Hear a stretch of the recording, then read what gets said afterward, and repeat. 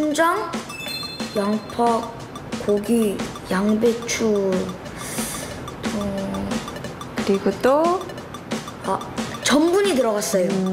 그쵸. 전분이 들어갔어요. 그래서 그 전분이 물을 만든 거예요. 네? 전분이 물을 만들었다고요? 전분에 물을 넣고 가열하면 호화가 일어나요. 네? 호화요? 호화가 뭐예요? 호화라는 거는 딱딱한 전분이 물과 잘 섞이지 않는데 이것을 열을 통해서 가열하면 전분 입자 사이가 벌어지면서 그 속에 물 분자가 들어가요. 그럼 전분이 조금 더 우리가 먹을 수 있게 부드럽게 되는 현상을 얘기를 해요. 호화란 물을 넣고 끓여 점성이 높아진 전분이 풀처럼 끈적끈적해지는 현상을 말해요. 그럼 전분을 물에 넣고 끓이면 어떻게 되는 거예요? 평소 전분의 구조는 매우 가지런해서 이 속에 어떤 물 분자나 다른 입자가 들어가기 힘들어요.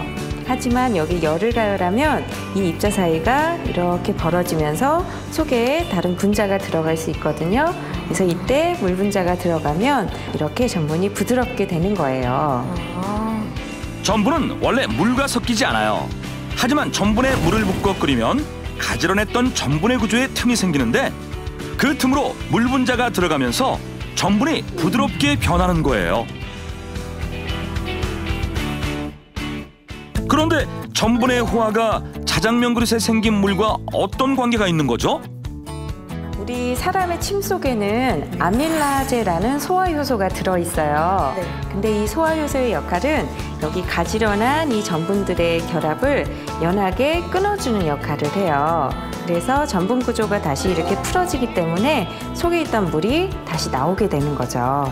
열을 가하지도 않았는데 이렇게 전분이 열려서 물이 나온다는 거예요? 네.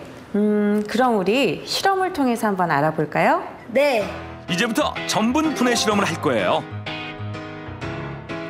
여기 지금 비커 2개가 준비되어 있고요. 네. 여기에 전분을 적당량을 넣어 볼게요. 네. 물을 넣어서 섞어 볼게요. 전분에 물을 넣으면 더 무거운 전분은 물 아래로 가라앉아요.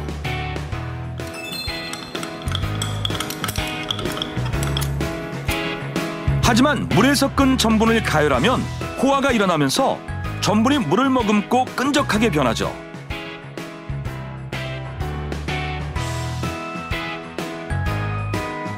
자, 전분이 이렇게 걸쭉해졌어요. 선생님, 그럼 이 상황에서 이제 어떻게 해야 돼요? 희건대원이 자장면에 침이 들어갔다고 했으니까요. 이 중에 한쪽에만 아밀라제를 넣어서 어떻게 반응이 일어나는지 한번 결과를 볼까요? 네. 호화가 일어난 전분 중 하나에 아밀라제를 넣고 잘 섞어줬어요. 자, 이 전분은 앞으로 어떻게 변할까요? 신기해. 아밀라제를 섞은 전분이 물처럼 흐물흐물 풀어졌어요. 희건대원 그러면 다른 비커에 한번 따라 볼까요? 네. 아밀라제를 섞은 전분을 다른 비커에 옮겨 담아봤어요.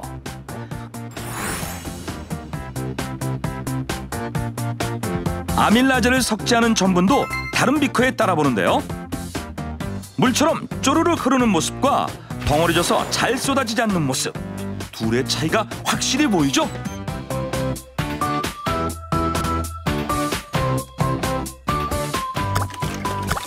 호화된 전분은 아밀라제를 만나 크기가 작은 포도당으로 분해돼요. 이 과정에서 물을 붙잡고 있던 힘을 잃고 이제껏 머금고 있던 물을 밖으로 내보내죠. 때문에 물이 된 것처럼 보이는 거예요. 선생님, 근데요, 모든 사람한테는 침이 있잖아요. 근데 왜 다른 애들 짜장면에는 물이 안 고이는데 제 짜장면에만 물이 고이는 거예요? 그거는 짜장면을 먹는 방법의 차이 때문에 그래요. 네? 방법의 차이요? 자, 짜장면을 먹을 때 희건대원은 어떻게 먹었죠? 저요? 저는 한 입에 많이 퍼서 다 집어넣어서 이로 잘라 먹어요. 그렇죠. 네. 여러 번 이로 잘라서 먹게 되면 네. 입안에 있던 침이 훨씬 더 면발과 많이 만나게 돼요. 그러면 면발이나 소스 속에 들어있던 전분이 아밀라제에 의해서 많이 분해가 되겠죠. 그랬을 때 그 속에 있는 물들이 밖으로 나와서 희건대원의 짜장면에는 물이 더 많은 거예요. 아,